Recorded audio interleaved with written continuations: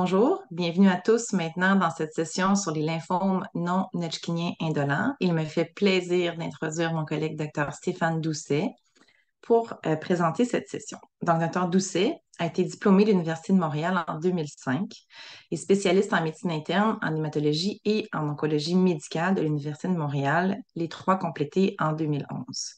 Il a fait une formation surspécialisée en lymphome à l'Université de Northwestern à Chicago. Il travaille comme hémato-oncologue au CHUM depuis maintenant 2013. Il est un papa de deux merveilleux enfants et est un passionné de course à pied. Donc, sans plus tarder, Dr Doucet, merci beaucoup pour votre présentation aujourd'hui. Bonjour à tous les participants. Merci au docteur Fleury pour cette introduction. Mon nom est Stéphane Doucet. Je travaille au CHUM et je vais vous entretenir sur un sujet pas facile qui est les lymphomes indolents. Euh, Comme plan de présentation, je voulais vous partager les différents diagnostics des lymphomes indolents, les différents sous-types, parler de l'approche vigilante, d'observation vigilante, parler des traitements de première intention, comme plusieurs participants sont probablement dans cette indication de traitement-là, et les traitements lors de la rechute. Et je veux parler quelques mots sur la recherche qui se fait actuellement au Québec pour ça. Donc, on va commencer par le diagnostic des lymphomes indolents et les différents sous-types. Comme vous l'avez écouté plus tôt, ce matin par Dr Boudreau-Penneau, les lymphomes sont des cancers du lymphocyte. Les lymphocytes qui font partie du système immunitaire, c'est un type de globule blanc qui nous protège habituellement, surtout contre les virus, mais qui participe là, globalement au système immunitaire. Et puis, ce qui complique un peu les choses du côté médical, c'est qu'il y a environ 90 sous-types de lymphomes non hodgkiniens, dont le lymphome folliculaire est le plus fréquent. Premièrement, pourquoi on classe et on appelle ces lymphomes-là indolents? C'est qu'ils sont à croissance lente. Ils peuvent ne pas causer de symptômes, raison pour laquelle euh, habituellement, avant que le patient se rencontre ou son médecin ou ses proches, c'est que d'habitude, le lymphome indolent à bas bruit, il a proliféré dans le système surtout ganglionnaire, mais aussi peut aller à d'autres endroits qui font partie du système immunitaire, dont la rate qui fait partie du système immunitaire, la moelle osseuse et d'autres organes. Euh, Ces lymphomes qui sont indolents à croissance lente et qui causent habituellement peu de symptômes au début peuvent se transformer en lymphomes agressifs. Euh, qui est une des complications là, à surveiller de ce type de lymphome-là. On les appelle indolents aussi parce qu'on les considère plus comme une maladie chronique avec des épisodes de rechute et de rémission. Euh, Ils sont pour la majorité des lymphomes indolents et pour la majorité des patients considérés encore en 2023 comme incurables, mais avec les traitements actuels qui se sont améliorés dans les 20-25 dernières années, peuvent amener des rémissions qui sont à long terme avec des survies habituellement sur plusieurs années. Et puis, une des approches qui est différente des lymphomes indolents, contrairement aux lymphomes agressifs, c'est que souvent, on les traite seulement lorsque c'est nécessaire pour enlever les symptômes du patient puis induire une rémission aussi. C'est deux buts du traitement. Les lymphomes indolents, c'est une grande famille à travers les lymphomes non hodgkiniens, dont le plus fréquent est le lymphome folliculaire qui touche là, qui touche 3,4 patients par 100 000 de population. Il y a aussi le lymphome de la zone marginale ou les lymphomes de Malte qui sont deux fois moins fréquents. Considéré un lymphome indolent, il y a le mycosis fungoides qui est un lymphome qui touche la peau. La macroglobulinémie de Valdenau Waldenstrom ou le lymphome lymphoplasmacytaire, encore un peu plus rare, 0,3 par 100 000. La tricholeucémie, qui est une forme de lymphome, malgré son nom, touche 0,3 par 100 000. Et les lymphomes B cutanés, encore beaucoup plus rares, là, 34 fois plus rares que le lymphome folliculaire. Donc, ce qui est difficile avec les lymphomes indolents, c'est qu'ils sont fréquents en quantité totale, mais chaque sous-type est relativement rare, contrairement au lymphome folliculaire là, qui prend une bonne partie. Je vous mets ça pas pour vous impressionner, mais je vous avais parlé qu'il y avait 90 sous-types de lymphome.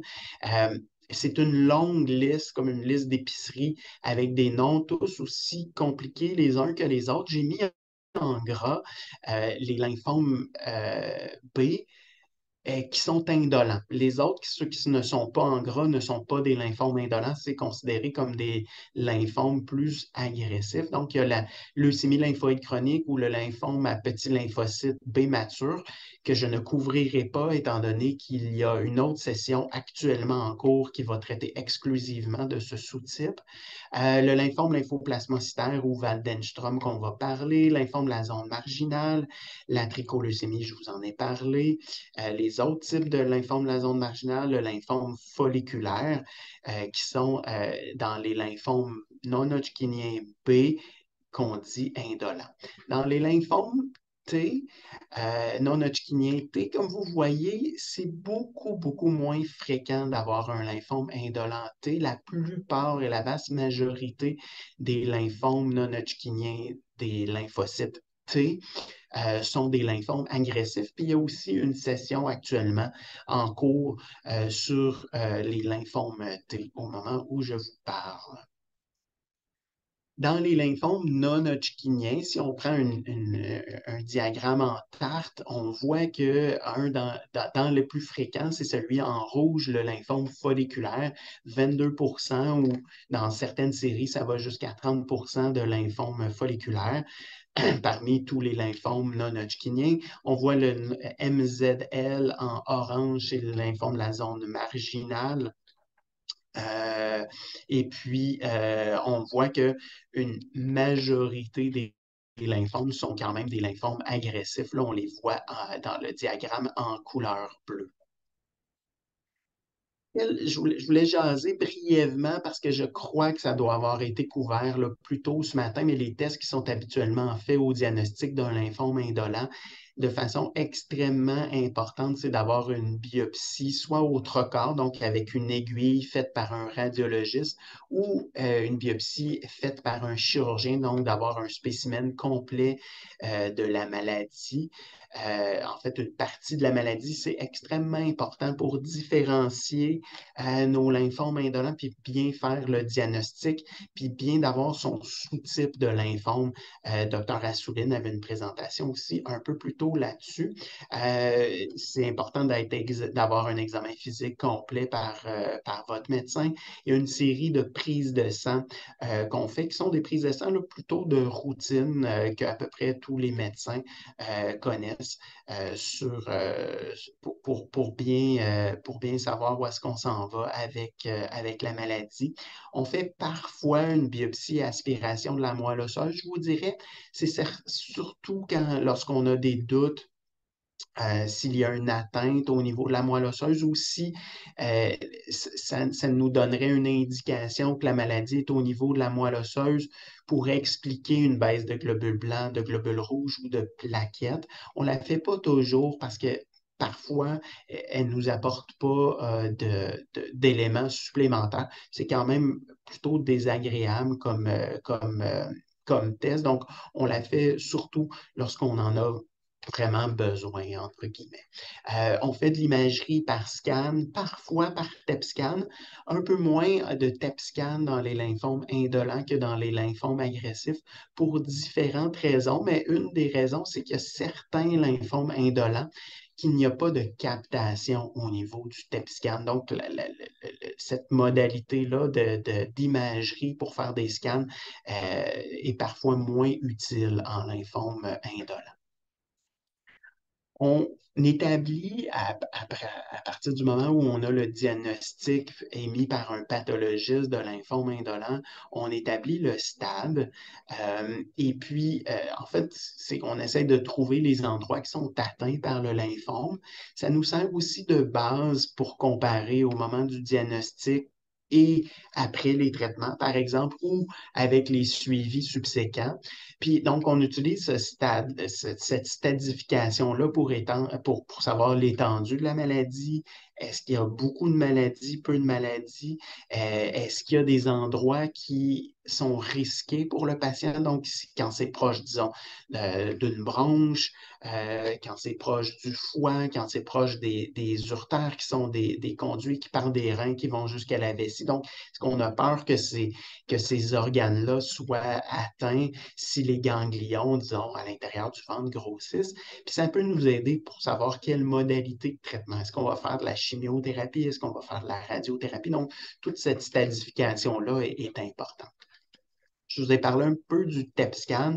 Le TEP scan, c'est dans le fond, une forme de scan, mais c'est le patient, au lieu d'envoyer des rayons X comme un scan, c'est le patient qui devient entre guillemets, un peu radioactif. Donc, on injecte un sucre qui est marqué avec un produit radioactif, une très petite quantité, puis avec des caméras, les caméras détectent l'endroit où le sucre s'est fixé. C'est un examen qui est utile beaucoup en oncologie, mais entre autres en lymphome et en lymphome indolent aussi. Ça a la particularité de détecter certains endroits de maladie qui pourraient être invisibles au CT scan. Lorsqu'on a l'impression qu'il n'y a pas beaucoup de maladies au CT scan, parfois le TEP scan va nous trouver un peu plus de maladies. On le fait quand les lymphomes indolents sont très localisés, donc on voudrait aller brûler l'endroit où est-ce qu'il y a du lymphome et puis qu'on veut s'assurer qu'il n'y a pas de maladie ailleurs. En lymphome folliculaire, à la fin des traitements, d'avoir un TEP scan qui montre une très, très bonne réponse peut être utile pour prédire la suite, prédire le pronostic du patient.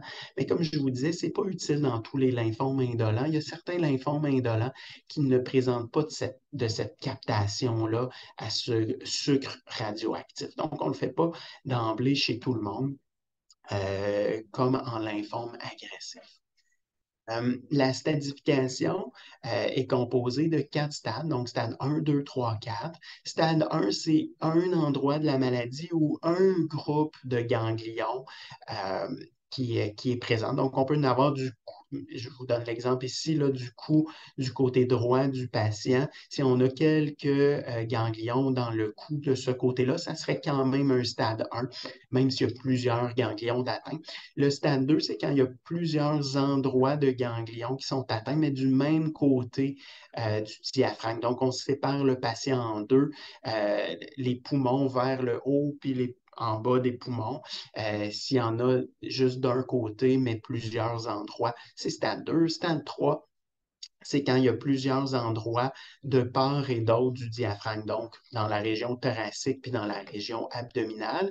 Puis stade 4, c'est quand il y a des organes autres que les ganglions qui sont atteints, comme par exemple dans le diaphragme, là, dans le diagramme, quand il y a une atteinte du foie ou de la moelle osseuse ou des poumons, ben là, on appelle ça un lymphome de stade 4. Et on rajoute souvent là, la dénomination A ou B après le stade pour les symptômes qu'on dit, les symptômes B, c'est des lymphomes, c'est des symptômes qui peuvent être engendrés par la maladie, donc des fièvres inexpliquées en l'absence de symptômes, d'avoir une infection, des sueurs nocturnes qu'on dit profuses, donc assez pour changer les draps. C'est pas seulement d'avoir un petit peu de chaleur là, au niveau du thorax ou dans la nuque, comme ça peut nous arriver là, au changement de saison, quand on commence à chauffer les maisons, les appartements, ou une perte de poids, mais une perte de poids significative, on parle de 10% de poids dans les 6 derniers mois, ce qui est quand même une bonne perte de poids quand on perd 10%. Puis on rajoute parfois un X à tout ça s'il y a des gros ganglions, une grosse atteinte là, des ganglions qui sont plus que 10 cm. Donc, on établit le stade, mais contrairement aux autres cancers, comme ça a été probablement présenté plus tôt ce matin, le pronostic n'est pas nécessairement en relation avec le stade comme dans les autres cancers, comme le cancer du sein, le cancer du poumon. Un stade 4 pour un lymphome indolent, les gens peuvent vivre très, très longtemps, comme je l'explique ici, là. La survie est habituellement longue des lymphomes indolents. Là, on parle de plus que 10, parfois plus que 20 ans de survie là, en moyenne, en médiane. On a plusieurs patients qui vont finir par décéder d'une autre cause que leur lymphome. Mais on a un 20% encore, malheureusement, un patient sur 5 qui va finir par plus décéder de son lymphome ou qui va avoir de la maladie qui va revenir plus souvent de façon un petit peu plus agressive. Comment on peut le prédire, le pronostic? Ben, il y a certains scores pronostiques qui s'appliquent à différents types de lymphome indolent. On a parfois une idée quand le patient a une excellente réponse au traitement de première intention. Donc, si quelqu'un qu'on lui donne des traitements lorsqu'il en a besoin, puis qu'il y a une survie ou la maladie reste tranquille pendant très longtemps, c'est déjà très bon.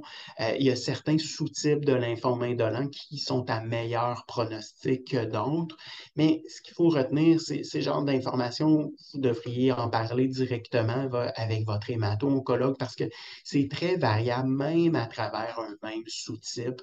Le pronostic, ça dépend de quand même beaucoup, beaucoup de choses. Je voulais jaser de l'approche de l'observation vigilante parce que c'est ce qu'on fait pour la plupart de nos patients, pour la plupart des lymphomes indolents. Une approche générale par rapport à cette groupe de maladies-là, c'est que si le lymphome n'engendre pas de symptômes, que la quantité de maladie est petite à travers les scans qu'on découvre, si la formule sanguine, les globules blancs, globules rouges, les plaquettes sont toutes belles, puis il n'y a pas d'atteinte des organes importants, disons, comme j'ai mentionné tantôt, si on a l'impression que le rein va être bloqué de façon imminente ou dans les prochaines semaines, prochains mois, si le foie va être bloqué par le lymphome, ben, là, ça rend le patient à risque d'avoir des complications. Mais si on n'a rien de ça, souvent ce qu'on fait, ce qu'on appelle, c'est une observation vigilante. Euh, on sait à travers les différentes études qu'il n'y a pas d'urgence à traiter ces lymphomes-là. Il n'y a pas d'effet délétère à ne pas traiter. Puis on sait qu'en faisant des traitements, ben, on engendre quand même des effets secondaires. Il n'y a aucun traitement qui est parfait, même si je vais vous donner beaucoup d'espoir, j'espère, avec toutes les nouveautés de traitement, les bons traitements qui s'améliorent, mais on ne veut pas donner d'effet secondaire à un patient qui n'a aucun symptôme. Il y a une exception, les lymphomes indolents, quand ils sont de stade limité, quand ils sont à un endroit, je vous ai dit d'entrée de jeu que les lymphomes indolents, on les considère souvent incurables, mais quand un lymphome indolent est de stade 1, pour certains sous-types de lymphome indolent de stade 1, ben, on va faire une approche qu'on vise une guérison avec la radiothérapie. On va y revenir un petit peu plus loin. Donc, c'est là que c'est l'exception, je vous dirais, mais quand même, c'est une exception qui est intéressante. Donc, l'observation vigilante ne signifie pas qu'on vous laisse tomber ou qu'on vous laisse dans la nature. Il y a des rendez-vous en clinique externe qui, selon le sous-type, l'âge du patient, la taille des ganglions, puis si on a un suivi relativement long, qui est habituellement des visites en clinique, soit aux 3 mois, ce qui est le plus fréquent, ou aux 4 mois ou aux 6 mois. Il n'y a pas vraiment d'imagerie de routine, mais habituellement, les hémato-oncologues, de temps en temps, selon la rapidité, selon le sous-type, selon la taille, où est-ce qu'on découvre la maladie, ben, on peut refaire des scans de façon annuelle, parfois aux 2 ans, parfois plus éloignés, mais il n'y en a pas qui sont recommandés de routine. C'est vraiment une approche là, qui est personnalisée pour chaque patient, puis qui est à discuter avec vous, avec votre équipe traitante. Durant la période d'observation vigilante, chez plusieurs patients qui peut durer plusieurs années, ben, je vous invite à poser des questions à votre médecin, votre infirmière pivot, votre équipe traitante. On vous implique là-dedans. C'est important de nous dire s'il y a eu des changements dans votre condition médicale générale parce que ça nous aide à mieux savoir si ça peut être en lien avec le lymphome ou pour plus tard si on a des considérations de traitement. Je vous dirais, prenez soin de vous. C'est important de garder des bonnes habitudes de vie, d'éviter le tabac, l'alcool en quantité modérée, de bien dormir, de faire de l'exercice, de bien manger, continuer d'apprendre sur votre maladie. Le sous-type, je pense que c'est important d'éviter les mythes. Il y a beaucoup de différences entre les lymphomes, comme vous l'avez observé, et les autres cancers. Donc, c'est vraiment très différent comme approche. Discuter de vos inquiétudes par rapport à votre maladie, puis votre futur avec votre équipe traitante, puis demander du support si vous voyez que ça ne fonctionne pas, ça fonctionne pas. Il y a des équipes de psychologues qui peuvent vous aider à bien gérer le fait de vivre avec une maladie chronique, mais qui va être présente pour la plupart des patients là, tout le reste de votre vie. L'observation vigilante, pourquoi on fait ça? C'est qu'il y a eu plusieurs études, dont une étude britannique qui a montré que de traiter précocement, traiter d'emblée, plutôt que de surveiller le patient, ne changeait pas la survie des patients et ça amène des effets secondaires. Puis, en moyenne, avec les lymphomes indolents, entre le diagnostic et le début du traitement, il y a à peu près 2 ans et demi en moyenne. Mais on a des patients que ça fait 5, 10, 15, 20 ans qui n'ont jamais eu besoin de traitement. Et il y a des patients qui, d'emblée, lorsqu'on découvre leur lymphome indolent, ont besoin d'un traitement. Puis, une autre raison pour ne pas traiter d'emblée s'il n'y a pas de symptômes, c'est qu'il y a à peu près un patient sur 5 qui, dans les 10 ans du diagnostic, n'aura jamais eu besoin de traitement. Donc, sans aucun traitement, le patient va vivre une vie là, tout à fait normale en évitant des effets secondaires de nos traitements. Il y a à peu près 40% des gens qui sont âgés de 70 ans et plus au diagnostic qui n'auront jamais besoin de traitement. C'est quoi les indications pour débuter un traitement? Donc, c'est des choses à surveiller de votre côté aussi. Si on a l'impression qu'il y a des symptômes qui sont attribuables au lymphome, ben, c'est une bonne idée de traiter parce que, dans le fond, ces symptômes-là, habituellement, ne partiront pas tout seuls, à moins qu'ils soient très, très, très, très légers puis que le patient ne soit pas dérangé. D'habitude, quand le lymphome commence à donner des symptômes, c'est une indication pour nous de débuter les traitements. On surveille toujours la prise de sang, donc quand il y a une baisse significative des globules rouges, donc de l'anémie, des globules blancs par rapport au bon système immunitaire pour nous protéger ou une baisse de plaquettes qui nous aide à coaguler, faire des caillots quand on se coupe, ben, c'est souvent signe que le lymphome est un peu plus avancé et qu'il a besoin de traitement. Comme je mentionnais tantôt, quand il y a une menace à un organe interne qui peut se manifester par des douleurs ou des changements dans la condition du patient, c'est très dur d'être très spécifique parce que le lymphome peut se cacher un peu partout. C'est un cancer du système immunitaire. Le système immunitaire, on l'a un peu partout. Donc, c'est difficile d'être spécifique à un symptôme en particulier. C'est pour ça qu'il faut vraiment être à l'affût de changements généraux dans votre condition. Une douleur abdominale pourrait être un signe que le lymphome a augmenté. Habituellement, c'est des symptômes qui ne s'en vont pas tout seuls. Donc, quelqu'un qui a mal au ventre une journée ou deux, avec la diarrhée qui rentre dans l'ordre, c'est pas signe que le lymphome est plus actif. D'habitude, c'est des symptômes qui persistent là, à travers plusieurs jours, voire quelques semaines. Puis, vu que c'est quelque chose qui est indolent comme lymphome, à moins qu'il s'est transformé en lymphome plus agressif, d'habitude, c'est des changements un peu plus subtils qui se mettent en branle là, à travers les semaines, mais ce n'est pas quelque chose qui habituellement rentre dans l'ordre tout seul. Euh, Quand la maladie est très grosse, donc menace des organes ou une rate qui devient très, très augmentée, c'est une autre indication de débuter un traitement. Puis la transformation vers une forme plus agressive aussi, c'est signe qu'il faut traiter d'emblée quand le lymphome n'est plus indolent. Les traitements de première intention, donc j'imagine qu'il y a beaucoup de gens qui sont dans cette catégorie-là, qui écoutent ce matin. Euh, je vais parler parce que c'est ce qui rend ma présentation plus compliquée, c'est qu'il y en a beaucoup de types de lymphome indolent. Je ne peux pas passer à travers tous les sous-types en détail pour chacun. Fait que j'ai décidé de me concentrer un petit peu plus sur le lymphome folliculaire euh, qui, euh, qui est le plus fréquent. Donc, 30%, 22 à 30% des lymphomes non hodgkiniens, comme je l'ai mentionné, la majorité n'ont pas de symptômes au début. Parfois, des ganglions qui grossissent puis qui rapetissent tout seuls sans traitement. Fait que définir premièrement l'objectif de traitement. Est-ce qu'on est devant quelqu'un qui est de stade limité, donc stade 1, puis qu'on va faire un traitement de radiothérapie, ou on fait un traitement pour diminuer les symptômes, puis on choisit le traitement selon les maladies autres du patient. Quelqu'un qui a un problème cardiaque, quelqu'un qui a d'autres problèmes du système immunitaire, ça nous guide pour choisir lequel serait le meilleur traitement pour notre patient parce que nos traitements ont des effets secondaires.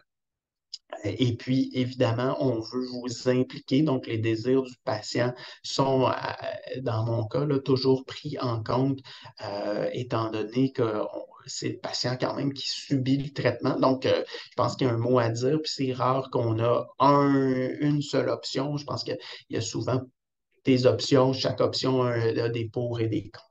Donc, je pense que c'est individualisé. Comme mentionné, la plupart des lymphomes indolents sont de stade un petit peu plus avancé parce qu'ils se sont émissés là, de façon plus subtile pour les patients. Fait que la plupart du temps, le but visé, c'est pas la guérison, mais c'est d'induire une rémission, c'est diminuer, puis la plupart du temps, on réussit à le faire, les symptômes liés à la maladie. Puis, par le fait même, nos traitements sont efficaces, donc ils peuvent améliorer la survie des patients. Les traitements de première intention du lymphome folliculaire, euh, une option qu'on utilise parfois qui n'inclut pas de chimiothérapie, c'est du rituximab à chaque semaine pour 4 doses. Donc, les patients qui ont peu de maladies, qui ont besoin d'avoir moins une réponse rapide, c'est le genre de traitement qu'on utilise ou des gens qui sont plus âgés. Donc, on se dit, ben, on ne veut pas nécessairement avoir une réponse la plus durable possible, mais on veut utiliser une option qui a peu d'effets secondaires, mais parfois on utilise ce traitement-là qui n'est pas de la chimiothérapie. Puis il n'y a pas beaucoup de patients qui vont avoir une belle réponse, puis qui n'auront pas besoin d'autres traitements pour les prochaines années parfois. Je vous ai parlé de la radiothérapie quand le stade est limité. Puis un des traitements, le traitement le plus utilisé pour les lymphomes indolents de type lymphome folliculaire quand ils ont besoin de traitement, c'est un anticorps monoclonal qui est le rituximab combiné avec la chimiothérapie. Puis le plus fréquemment utilisé, je vous dirais, au Canada pour le lymphome folliculaire, les lymphomes indolents en général, c'est le rituximab bendamustine. On va y revenir. Donc, un anticorps monoclonal, qu'est-ce que c'est? Qu'est-ce que ça mange en hiver? En fait, c'est des anticorps comme nos anticorps qu'on produit naturellement, mais qui ont été fabriqués dans un laboratoire de compagnie pharmaceutique. Donc, ce n'est pas quelque chose qu'on a naturellement, ces anticorps-là, mais ils sont fabriqués en laboratoire. Puis, dans le fond, c'est comme un peu le même principe que les vaccins. On utilise des anticorps pour combattre quelque chose, bien, ces anticorps-là sont dirigés contre la maladie. Dans le cas des lymphomes indolents, là, la cible à la surface du lymphome la plus fréquente, c'est le CD20, qui est une molécule à la surface des lymphomes. Puis on a cet anticorps-là qui va directement s'attaquer comme un anticorps sur le lymphome, puis il va le détruire un peu naturellement avec nos propres cellules du corps, puis directement par l'anticorps qui va se fixer sur le lymphome. La chimiothérapie utilise un autre principe. Dans le fond, on veut endommager l'ADN et entraîner une mort des cellules.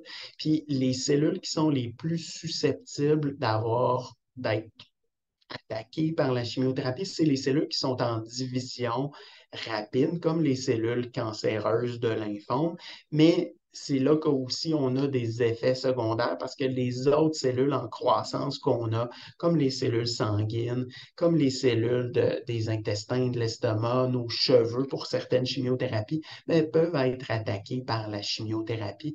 Donc, c'est comme un peu des dommages collatéraux qu'on ne souhaite pas, mais qui sont parfois inévitables avec certaines chimiothérapies.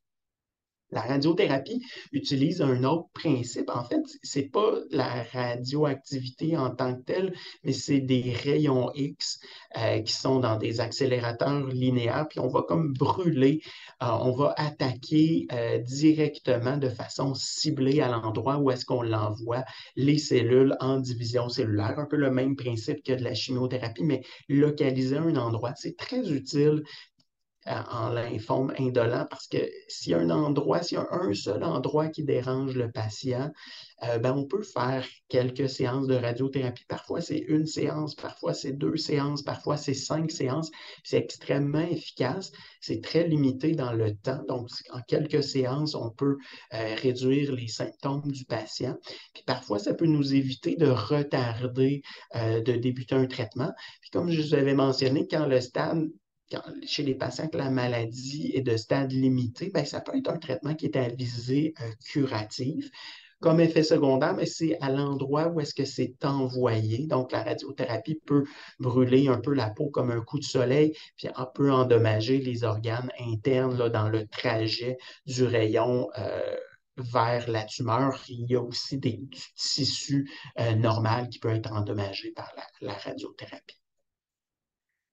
Un des traitements fréquemment utilisés, comme mentionné, c'est le rituximab bendamustine. Donc, c'est 2 jours consécutifs de chimiothérapie de type bendamustine en intraveineux et du rituximab, souvent au jour 1, qui est soit en intraveineux ou dans certains centres, c'est une injection sous-cutanée qui est à chaque semaine. Donc, on répète le jour 1 et le jour 2 à chaque 4 semaines pour habituellement 6 traitements.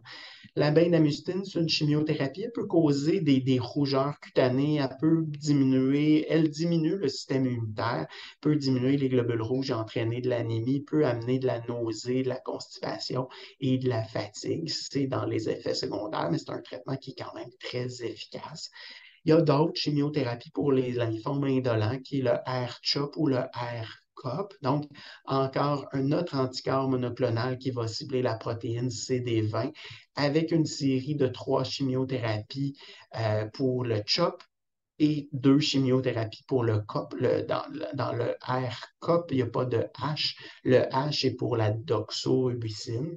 D'habitude, c'est un traitement qui est donné pour 6 cycles. Donc, un traitement intraveineux, là, une demi-journée environ de traitement qui est répété à chaque 3 semaines et incluant avec ça de la cortisone qui est très utile pour s'attaquer au lymphome pour 5 jours. Là. Donc, on répète la recette aux 3 semaines pour 6 cycles. Les effets secondaires à court terme de cette chimiothérapie-là, ben, c'est une perte de cheveux si on utilise le CHOP, parce que la doxorubicine, mais pas les autres chimiothérapies, font perdre les cheveux. Ça peut donner des ulcères dans la bouche, ça peut donner des nausées, des vomissements. La fatigue, presque tout le monde en a. Ça diminue le système immunitaire. Vous allez avoir une séance un peu plus tard là, sur le système immunitaire et les infections.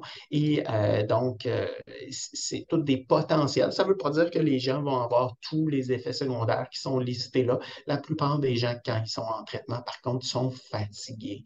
Et c'est normal, c'est un effet très fréquent de la chimiothérapie.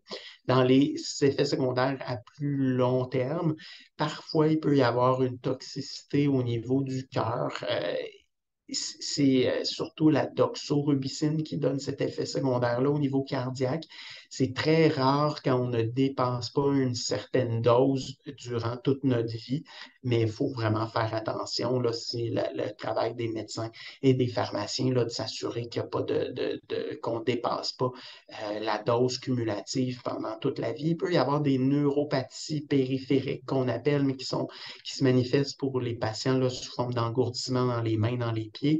Puis il y a un phénomène de difficulté de concentration et de mémoire qu'on appelle le chemo-brain, qui peut être durant les traitements, mais qui peut être un peu plus prolongé pour certains patients. Là, c'est pas tout le monde qui ont ça, mais ça peut faire ce genre d'effet secondaire-là. Il y a certains traitements de chimio qui affectent la fertilité. Il y a certains patients qui restent fatigués de façon un peu plus prolongée. Puis il y a le risque infectieux là, qui est surtout pendant les traitements, mais les premiers 6 mois suivant la fin des traitements comme ça. L'évaluation de la réponse, on la fait souvent 4 à 6 semaines après avoir terminé tous les traitements. On le fait sous forme de CT scan pour voir, on a une photo avant de débuter les traitements, on prend une photo après les traitements pour voir à quel point la maladie a diminué. Il ne faut pas s'en faire non plus, c'est un élément que je voulais mentionner, là, si on n'est pas en réponse complète. Donc, s'il reste au niveau des scans, encore des ganglions qui sont un petit peu plus gros que la normale, parce que parfois, il y a des gens qui peuvent rester comme ça, sans symptômes, pendant plusieurs années. Puis parfois, en lymphome folliculaire, on donne une deuxième série de traitements qu'on appelle de maintien, puis ça peut amener une rémission complète par la suite. Il y a un traitement de maintien au rituximab qu'on appelle chez les patients avec lymphome folliculaire, qu'on fait fréquemment, mais pas toujours. Plus rarement après le rituximab bendamustine, mais beaucoup plus fréquemment après le R-CHOP ou le R-COP, qu'on peut donner à chaque 2 ou 3 mois. Donc, c'est pas de chimiothérapie, c'est seulement le rituximab. C'est une durée limitée dans le temps de 2 ans. C'est certain que le rituximab affecte le système immunitaire. Donc, il faut toujours balancer les risques de diminuer le système immunitaire de façon prolongée, parce que si on le fait pendant 2 ans, avec les bénéfices, donc on prolonge la rémission. D'habitude, on a une meilleure rémission, mais c'est toujours, on balance les pour et les contre, mais ça ne change pas la survie globale du patient. Donc, les gens qui reçoivent le rituximab en maintenance ne vivent pas nécessairement plus longtemps, mais sont souvent en rémission un peu plus longtemps. Les autres lymphomes indolents, parce qu'il y a sûrement des gens curieux de ne pas juste entendre parler du lymphome folliculaire, je vous ai un petit disclaimer, comme on dit en français, qu'il y a quand même beaucoup de variétés d'approches de traitement avec les autres lymphomes indolents. La plupart des principes mentionnés pour le lymphome folliculaire sont aussi vrais, mais il peut avoir des particularités selon le sous-type. Fait que je vous invite vraiment à en parler avec votre médecin traitant. Il y a le lymphome lymphoplasmocytaire ou la macroglobulinémie de Waldenström. Waldenström, c'était le nom de la personne, qui a comme particularité un lymphome qui peut sécréter lui-même le lymphome. C'est une des raisons d'être des lymphocytes, c'est de sécréter des anticorps pour nous protéger du système immunitaire. Mais quand il y a un emballement sous forme de cancer, il peut y avoir des gens qui, leur lymphome sécrète cette protéine-là, cet anticorps-là qui s'appelle un IgM. Puis quand il y en a une trop grande quantité, ça peut amener de l'hyperviscosité sanguine. Donc, c'est quelque chose que les médecins vont questionner auprès de leurs patients. Quand les gens ont de l'hyperviscosité sanguine, ils se sentent étourdis, ils ont mal à la tête, peuvent avoir une vision embrouillée, peuvent avoir des difficultés respiratoires, comme leur sang est trop visqueux. Dans ces cas-là, ça devient là, relativement urgent de retirer cette protéine-là. Donc, les gens sont branchés pendant quelques heures sur une machine pour enlever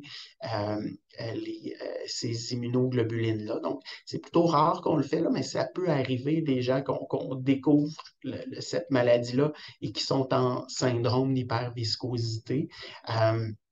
Puis comme particularité, comme un peu une petite différence avec le lymphome folliculaire, on fait moins la deuxième partie de maintien de rituximab. Mais toutes les autres, là, rituximab comme traitement seul, rituximab avec bendamustine, rituximab avec d'autres chimiothérapies comme le COP sont utilisés en lymphome lymphoplasmocytaire ou macroglobulinémie de Waldenström. Pour les lymphomes de la zone marginale, la forme ganglionnaire ou de la rate, on utilise un petit peu plus souvent seulement du rituximab seul. On peut utiliser rituximab avec la chimiothérapie chimiothérapie. Certains lymphomes de la zone marginale touchent à peu près seulement la rate. Donc, il y a certains patients qu'on leur propose d'enlever carrément la rate. Ça peut être un traitement qui amène une rémission prolongée chez certains patients. Mais c'est certain que c'est un peu radical d'enlever la rate. C'est une chirurgie avec une convalescence puis tout ça. Mais parfois, c'est proposé. Ces lymphomes-là sont très indolents habituellement, donc la réponse au traitement, donc c'est des lymphomes qui grossissent très lentement, donc quand on les attaque, ils diminuent habituellement aussi assez lentement. Le TEP-scan, comme je vous avais dit, c'est un des sous-types qu'on utilise moins, le TEP-scan, parce qu'il a tendance à moins capter. Donc, c'est une des raisons, si vous avez un lymphome de la zone marginale puis vous n'avez pas eu de TEP-scan, ben, c'est normal parce que c'est beaucoup moins utile comme imagerie là, pour faire les stades. La tricholucémie, malgré son nom, c'est un lymphome, pour compliquer les choses. C'est une forme rare de lymphome qui est indolent, qui touche surtout la rate, la moelle osseuse et le sang. Une des particularités de ce lymphome-là, c'est que souvent, il est traité avec un seul cycle de chimiothérapie. Donc, les gens reçoivent de la clanribine, qui est un agent de chimiothérapie, mais pour un seul cycle. Donc, on ne répète pas là, aux 4 semaines ou aux 3 semaines, c'est 5 jours consécutifs. Puis, parfois, on a une rémission prolongée sur plusieurs années avec un seul cycle de chimiothérapie. Je voulais vous parler des traitements lors de la rechute parce que c'est aussi peut-être quelque chose qui s'applique à vous, puis c'est important, puis c'est là qu'il y a eu le plus d'avancées dans les dernières années. La rechute de la maladie, ben, parfois c'est important de refaire une biopsie pour voir est-ce qu'on est vraiment devant le même type de lymphome, est-ce qu'il s'est transformé, mais c'est pas toujours nécessaire. On peut, quand la maladie revient, utiliser encore notre approche d'observation vigilante. Donc, si on documente une rechute, ce n'est pas nécessaire de commencer d'emblée un traitement à la minute où on trouve la rechute. Il y a parfois j'ai certains patients qui ont trouvé une rechute puis ont eu besoin de traitement seulement 1 an, 2 ans, 3 ans plus tard. Certains patients ont besoin de traitement un peu plus vite. C'est important de rediscuter c'est quoi le but du traitement encore avec votre médecin. Puis c'est souvent là, quand il y a des rechutes une question significative, si ça vous intéresse de parler, est-ce qu'il y a des études cliniques pour les nouveaux traitements là, en lymphome indolent près de chez vous ou que vous seriez prêt à vous déplacer là, dans des un peu plus gros centres pour entendre parler de traitements là, et qui sont au stade plus de recherche? Pour le lymphome folliculaire, ben, on peut réutiliser le rituximab, mais c'est rare qu'on le fait. On le réserve ça aux gens qui sont plutôt très âgés ou qui ont plusieurs autres maladies qu'on voudrait vraiment à tout prix éviter de la chimiothérapie. La plupart du temps, on utilise encore un anti-CD20, donc le rituximab ou l'obinutuzumab, puis qu'on le recombine avec la chimiothérapie ou avec le lénalidomide, qui est un traitement en pilule. Ce traitement-là n'est pas complètement, je vous dirais, là, approuvé au Canada, mais très, très, très fréquemment utilisé là, un peu partout dans le monde. Et puis, c'est un médicament, le lénalidomide, qui est maintenant générique. Donc, on a un petit peu plus accès pour les lymphomes folliculaires qu'avant. Parfois, mais c'est plutôt rare en lymphome indolent, puis en lymphome folliculaire, on peut faire une autogreffe de moelle ou une allogreffe de moelle. Ça ne sera pas traité dans ce séminaire-ci sur les lymphomes, mais il y a des présentations spécifiques par rapport à la greffe de moelle. Puis l'immunothérapie, sous toutes ses formes, est ce qui a été les plus grands avancements des dernières années. Vous allez avoir une session complète sur les CAR-T. Je vais vous parler un petit peu des anticorps monoclonaux, mais bispécifiques, donc de nouvelles générations d'anticorps monoclonales qui n'incluent pas de chimiothérapie. Il y a d'autres nouveaux traitements comme le tazemétostat qui n'est pas encore approuvé au Canada, mais qui est bien intéressant parce que c'est pris en pilule chez les patients qui ont une mutation là, dans le gène EZH2. il y a parfois des réponses lentes. Les deux autres là, qui sont en gras, je vais y revenir, c'est l'anticorps bispécifique qui s'appelle mosunetuzumab, qui n'est pas encore approuvé au Canada, mais qui s'en vient. Puis les CAR-T, même chose, qui sont approuvés au Canada et le remboursement n'est pas encore fait là, pour la province de Québec, mais c'est quelque chose qui est étudié là, présentement par l'INES, qui est l'organisme québécois qui approuve les nouveaux traitements là, qui sont disponibles dans nos hôpitaux. Un CAR-T, vous allez avoir une session complète là-dessus, donc je ne veux pas passer beaucoup de temps là-dessus, mais c'est un récepteur antigénique chimérique. Donc, on prend vos lymphocytes à vous, vos cellules du système immunitaire, puis on les modifie en laboratoire pour qu'ils s'attaquent à votre lymphome. Il peut y avoir plusieurs effets secondaires, comme vous allez en entendre parler, mais le but, c'est de dire, ben, on éduque, entre guillemets, vos propres cellules du système immunitaire à s'attaquer aux cellules de lymphome. Lorsque ça arrive, c'est comme un gros combat, puis il y a beaucoup, beaucoup, beaucoup d'inflammation qui est générée dans votre corps. Donc, les patients peuvent avoir quand même beaucoup d'effets secondaires, mais ça a l'avantage d'être un traitement qui est limité dans le temps, dans le sens que vous le recevez une seule fois. Il y a une période d'un mois qui peut être parfois difficile. Comme vous allez en entendre parler, mais qui a l'avantage d'être limité dans le temps. Donc, c'est un traitement là, qui dure là, quelques semaines. On n'a pas à le répéter à chaque 3 semaines ou à chaque 4 semaines. Les anticorps bispécifiques, là, c'est une très grande avancée à mon avis parce que ça fait un peu ce que le CAR-T fait, mais dans le fond, c'est un anticorps qui va se lier aux cellules tumorales d'un côté, mais de l'autre côté de l'anticorps va aller rapprocher vos propres cellules du système immunitaire, donc vos lymphocytes T qui sont CD3 positifs, puis vont les approcher physiquement et va activer les lymphocytes T de votre propre corps pour qu'il y ait une attaque, encore une fois, contre la cellule de lymphome. Donc, le mosunetuzumab, c'est un nom compliqué, qui est un anticorps bispécifique qui engage un lymphocyte T de votre propre système immunitaire à s'attaquer aux cellules de lymphome. Il est étudié en 3e ligne de traitement pour les lymphomes folliculaires. Donc, déjà, là, qui avaient reçu au minimum 2 autres sortes de traitements avant d'utiliser le mosunetuzumab. Et puis, parmi ces gens-là, il y a 50 à 60%, même si leur lymphome était revenu avec les 2, 3, 4 premières lignes de traitement qui ont eu une belle réponse complète. C'est certain que ça peut créer beaucoup d'inflammation dans le corps. Puis, suite au traitement, il y a à peu près 7% des gens qui ont dû être hospitalisés là, pour s'occuper de ce syndrome là, d'avoir beaucoup d'inflammation au niveau du sang. D'autres subtilités là, par rapport aux autres sous-types, comme je vous disais, je ne peux pas rentrer dans les détails, mais dans les choses un peu quand même bien intéressantes avec ce qui n'est pas le cas avec le lymphome folliculaire, avec le lymphome lymphoplasmocytaire ou le Waldenstrom, l'approche est semblable, mais on a accès là, à des traitements ciblés. Puis l'avantage de ces traitements-là ciblés, c'est des traitements, les 3 qui sont mentionnés sont en pilule, qui sont pris à long terme, mais c'est des traitements qui sont vraiment plus dirigés vers les cellules de lymphome. On n'y a pas accès chez les gens qui n'ont jamais été traités, mais les gens qui ont eu une rechute, on a quand même un accès là, qui est intéressant au Québec à ces pilules-là. Même chose pour le lymphome de la zone marginale ganglionnaire ou de la rate. On a accès à ces mêmes traitements ciblés-là qui ont démontré de l'efficacité chez les gens qui avaient une rechute de lymphome de ce type-là.